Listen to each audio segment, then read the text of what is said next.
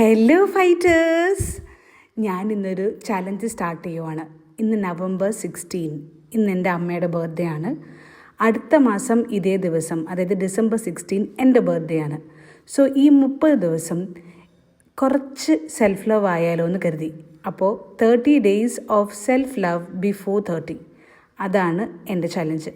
എല്ലാ ദിവസവും ഞാൻ ഓരോരോ ആക്ടിവിറ്റി വീതം ചെയ്യും, ഒരു ജേർണലിങ് ചെയ്യും, എന്നിട്ട് അത് ഇവിടെ അപ്ലോഡ് ചെയ്യും. അപ്പോൾ നിങ്ങൾക്ക് ജോയിൻ ചെയ്യണമെങ്കിൽ താഴെ കമൻറ്റ് ചെയ്യുക. എന്നിട്ട് എല്ലാ ദിവസവും ഞാൻ ചെയ്യുന്ന കാര്യങ്ങൾ നിങ്ങളും ചെയ്യുക.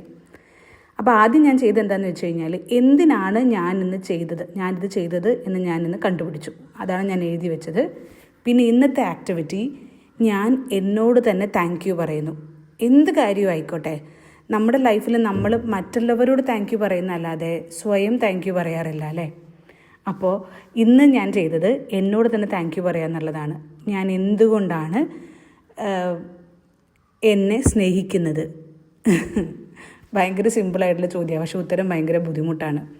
അപ്പോൾ ഞാൻ ഇന്ന് താങ്ക് യു പറഞ്ഞത്, ഫസ്റ്റ് പ്രഗ്നൻസി എനിക്ക് ഒരുപാട് ഹാർഡായിരുന്നു. എനിക്ക് ഒരുപാട് ഹെൽത്ത് ഇഷ്യൂസ് ഉണ്ടായിരുന്നു. എന്നിട്ടും ഞാൻ സെക്കൻഡ് പ്രഗ്നൻസി ഭയങ്കര ഹാപ്പി ആയിട്ട് ബ്യൂട്ടിഫുള്ളായിട്ട് ആക്സെപ്റ്റ് ചെയ്തു. അതിനാണ് ഞാൻ എന്നോട് താങ്ക് യു പറഞ്ഞത്.